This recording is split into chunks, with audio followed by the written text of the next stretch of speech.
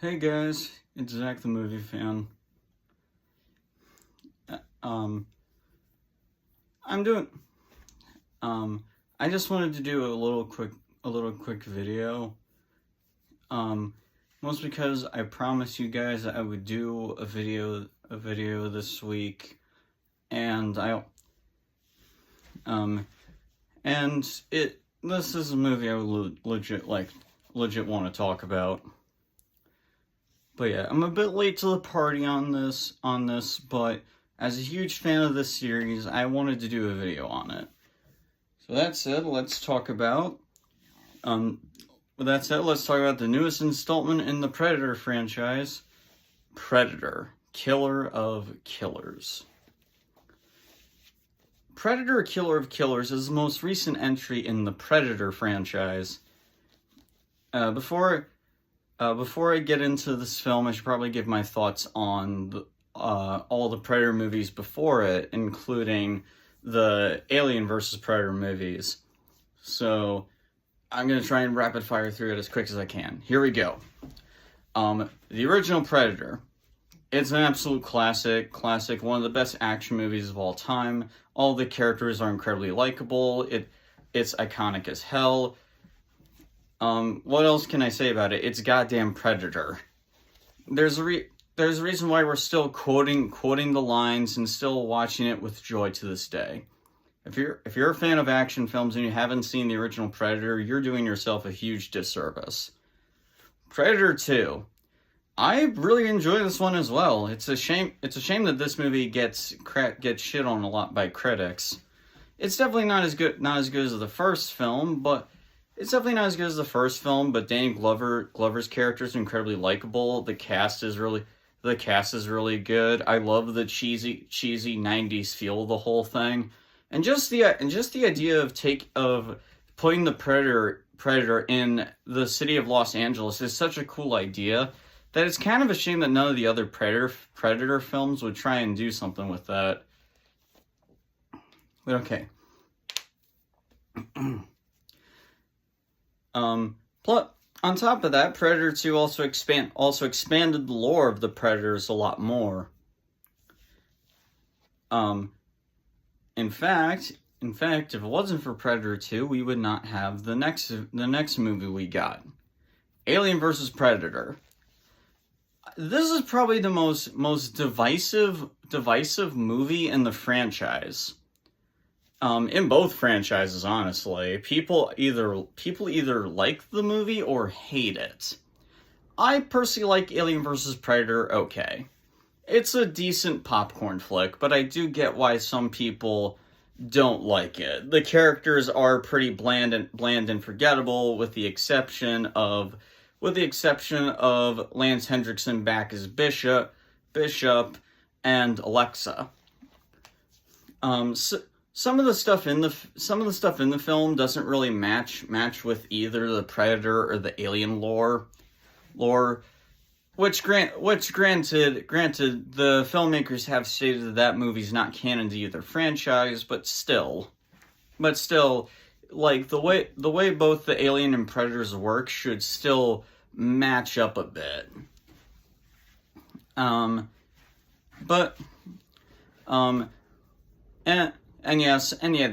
the action scenes in the film are hit or miss. Sometimes they look pretty cool, but other times, mostly due to the shitty shaky cam, it can be annoying. But with that said, there is a lot to admire about the film. It has a good mix of practical effects and CGI work. Like I said, Alexa and Lance Henriksen are very likable in the film. Despite the movie being rated PG-13, they were able to get away with quite a lot. And the entire third act of that film, I think, is awesome. Seeing a Predator and Alexa work alongside each other, despite the fact that the Predator can't really speak English very well, it's just a really cool idea, and I think they did a great job with it. But yeah, my personal opinion, I think Alien vs. Predator is a fun time, despite its issues. Okay, Aliens vs. Predator Requiem. This movie's a piece of shit, hands down. The worst of both franchises. The characters are completely bland and generic. They put the They set an Alien and Predator film in suburbia, which is the most boring setting you could put these two creatures in. It shamelessly rips off stuff from other Alien or Predator movies, and I don't mean to come off as a wuss, but I have a personal issue of seeing kids, pregnant women, and even babies die in horror films.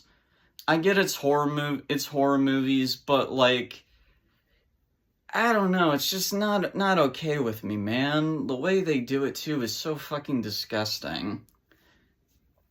It doesn't even like. I wouldn't mind so much if there was at least, like, a point to it or something, but it's not. There isn't. It's just shocking for the sake of being shocking. I mean, there are some horror films that kill off kids and pregnant women, and they do it okay, but this film just doesn't. It just does it for shock value, and I'm not okay with it. On top of that, the film is so dark you can barely see a goddamn thing. Like, this movie had, like, this movie had a pretty hefty budget. I can't remember it by name, but it had quite a budget. So the poor lighting conditions are inexcusable. Yeah, sorry, I'm just checking the time. On top, there are some decent things in the film, I guess. This might be a bit of a hot take, but I actually like the Pred Alien. This is actually a personal pet peeve of mine when it comes to the Alien franchise. I'm really sick and tired of how they reuse the same Alien design over and over again. It's a great design, but after you see it in so many movies, you really want to see something different done with it. The closest we got was the dog alien from Alien 3, and whatever the hell that monster human alien thing from Resurrection was. Both designs that I personally did not like. The Pred Alien design, though, I think is cool. I like how it has its physical appearance shares elements of both the Alien and Predator. Plus, the idea of a hybrid of the two is just a really cool idea. This is like the only idea from Aliens vs. Predator Requiem that has crossed over to other Alien and Predator stories. And honestly, can see why. It's a great idea, and it's a pretty decent design. I also like the idea of the Predator in the film. The Predator in this movie isn't much of a deadly hunter, more like a cleanup guy, kind of like the cleaners from John Wick.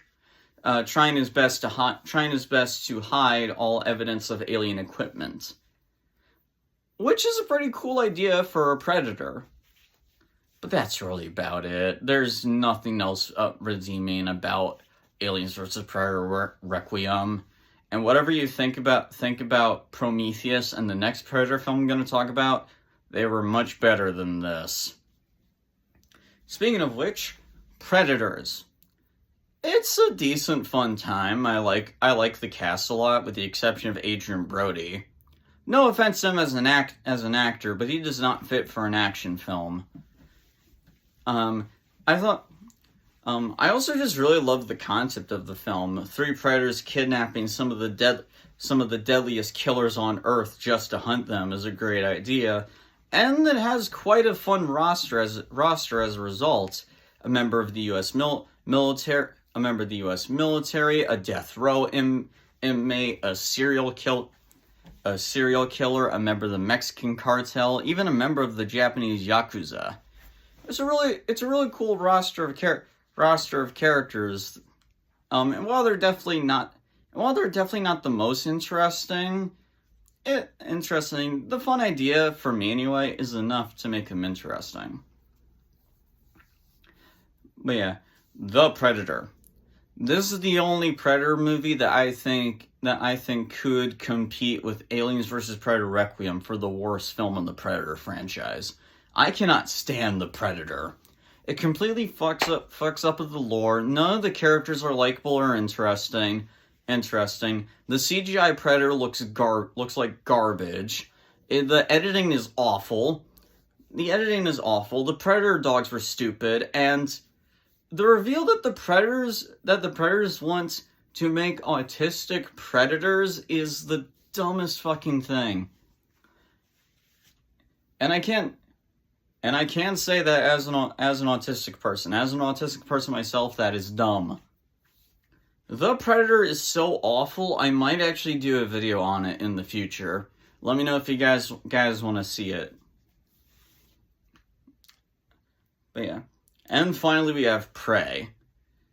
This was the adrenaline shot the franchise needed. A very likable main character, does something different and unique with the Predator series.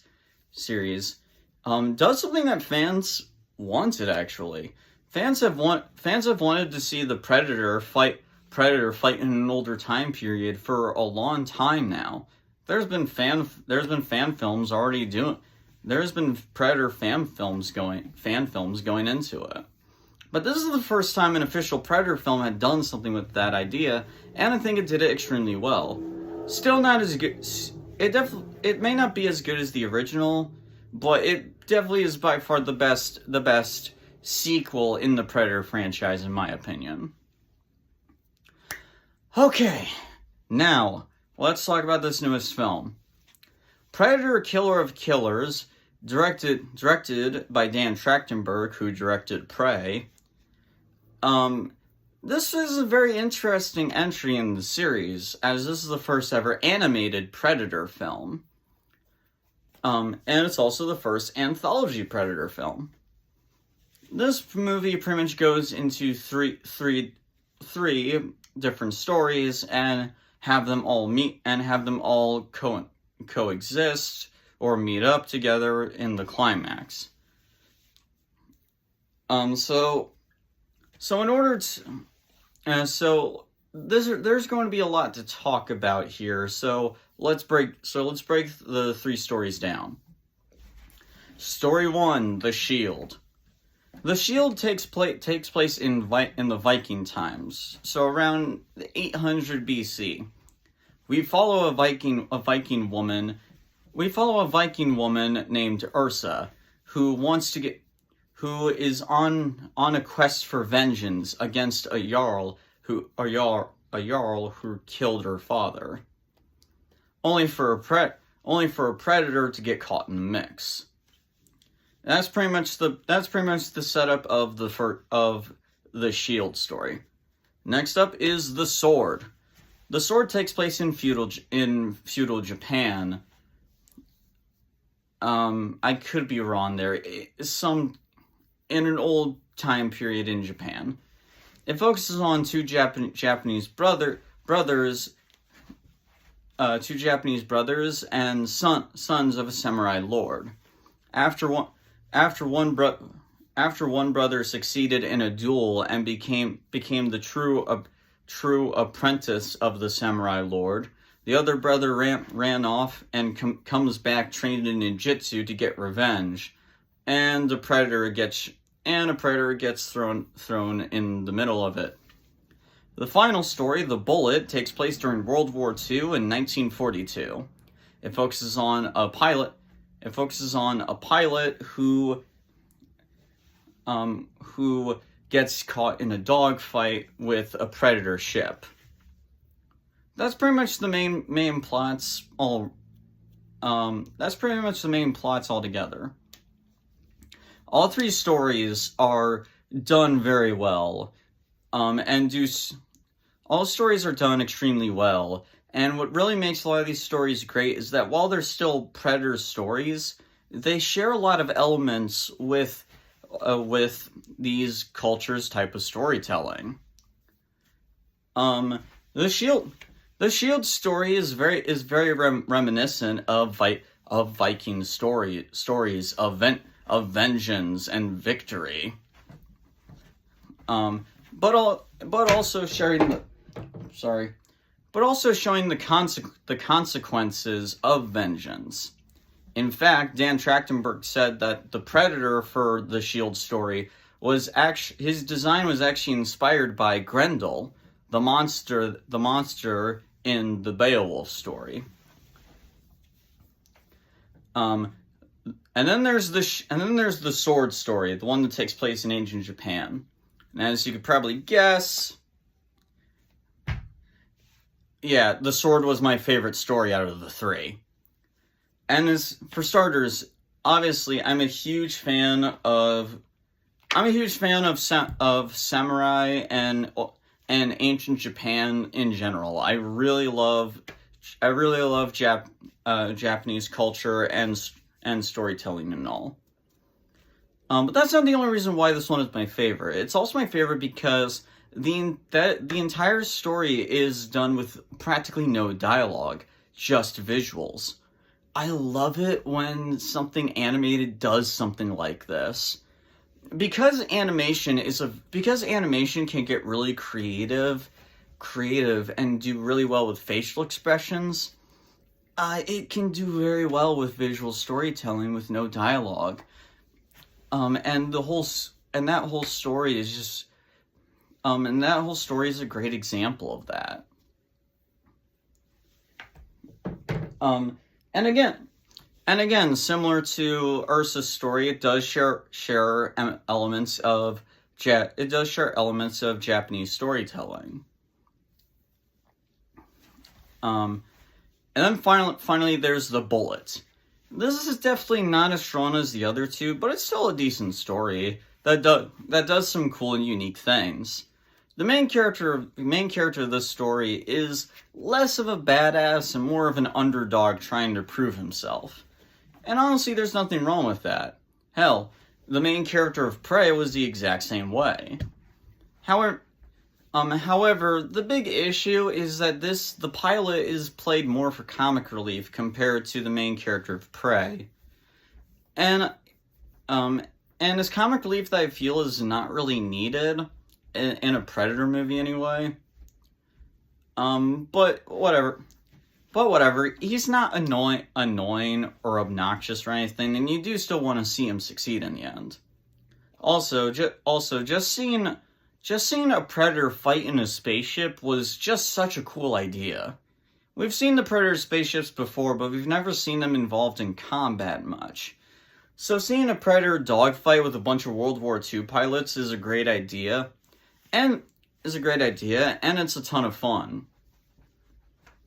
Also, by the way, 2 thumbs way up for casting Michael Biehn, Kyle Reese, and Corporal Hicks himself as the pilot's commanding officer. It was so cool hearing his voice in something again, even if he dies, but I mean, come on, that's not a spoiler. Michael Biehn dies in practically everything. He's like the original Sean Bean. But yeah, it was just great to hear him again. I love Michael Biehn. It sucks that you don't see him in much these days. But yeah, by the end of it, all the three stories do combine towards the end. And I won't give too much away, but it was a decent climax. It definitely could have been better, but it wasn't bad, and it wasn't a bad conclusion. But yeah, the only other downside to these stories is that I do personally feel that you could have done a lot more with these ideas.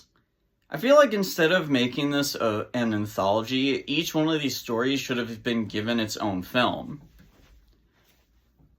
And don't get me wrong, the way it's done is good. I just personally feel that they could have done a lot more with these ideas. Honestly, I would have already given Dan Trachtenberg money if he made an entire Predator film set in ancient Japan. Seriously, imagine an entire movie where the Predator fights ninjas and samurai for like an hour and a half. That would be fucking awesome. But who knows? Maybe Dan Trachtenberg will expand a lot more on these ideas in the future. But yeah, and then now let's talk about the animation style. Well, I will admit I don't check out animation as much as I used to, and a lot of that is because a lot of the animated stuff coming out today is just not that interesting to me. I do believe the animation in this film is top notch. Yes, it was obviously inspired by the Spider-Verse films and Puss in Boots: The Last Wish. So, it's a decent art style, and if done well, it can look really cool. And this film does it pretty well. Because it's animated, it's able to show how violent and grisly the action scenes can be. And don't be fooled, just because it's animation doesn't mean that it doesn't have an R rating. The kills in this movie are pretty awesome. Now let's talk about, I especially love how all three of the Predators have their own unique designs. You have the brute Predator, which is what a lot of fans are calling him. The brute Predator is this huge beast. He barely wears any armor, but he can take a lot of hits, deal a lot of damage, and he has like this cool sonic punch gun that just looks cool. It like shoots a sonic wave with each hit. It looks really cool. I love how a lot of the fight with it is based more on brains. Because this Predator is so much bigger than Ursa, she has to really get creative with how to defeat it. Which again is very reminiscent of the fight between Beowulf and Grendel. At least I assume. Don't take that as fact. I unfortunately have not really actually read the Beowulf story. I know, you can shame me. I'm aware I suck.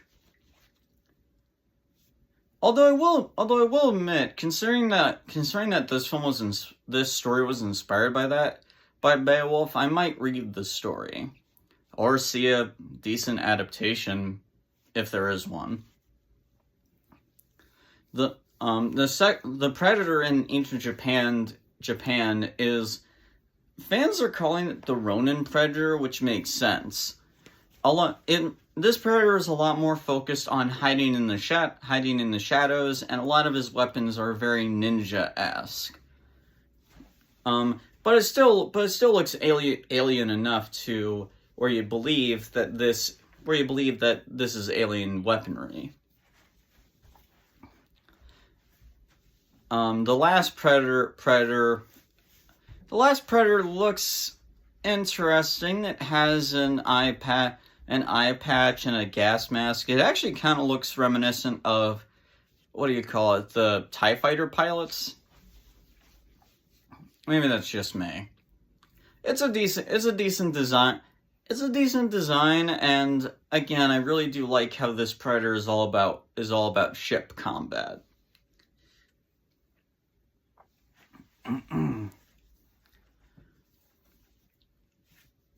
But yeah. There is also another Predator at the end of the movie, but I won't spoil it. And for people who want to go see it. And I do recommend you do see this, by the way. Like, seriously. All the characters are incredibly likable too. Despite the short run time that these characters have, the movie does a great job of making you like them and want to see them succeed. Ursa probably has the most depth and development in the film. Is there anything I didn't like in the movie? Not really. Like I said, a lot of the complaints I have are mostly nitpicks. I really enjoyed this film a lot. It's not as good as Prey, but it still is a solid sequel.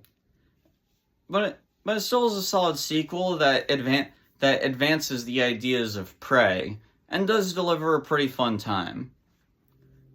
And the fact that this is like just a film dropped on Hulu is honestly crazy to me.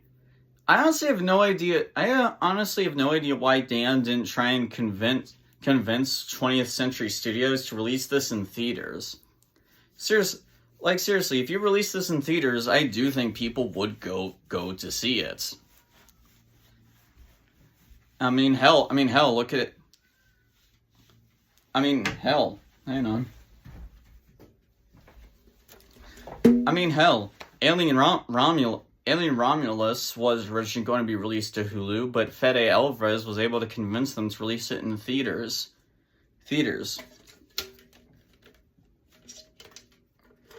And in my opinion, it was a good decision.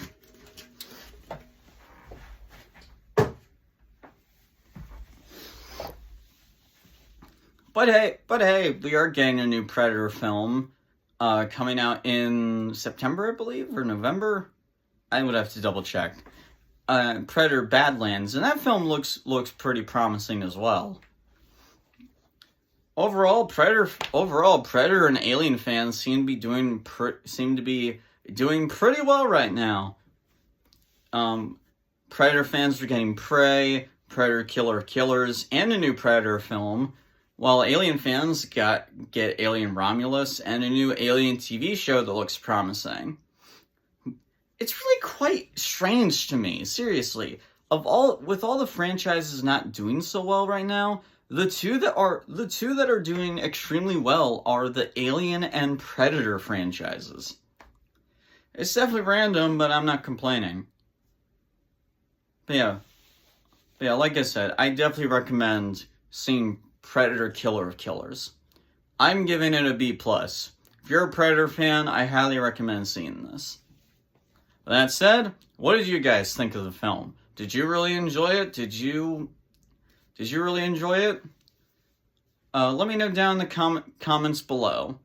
And if you like what you see here, like, comment, and subscribe. I'll see you guys next week. Bye.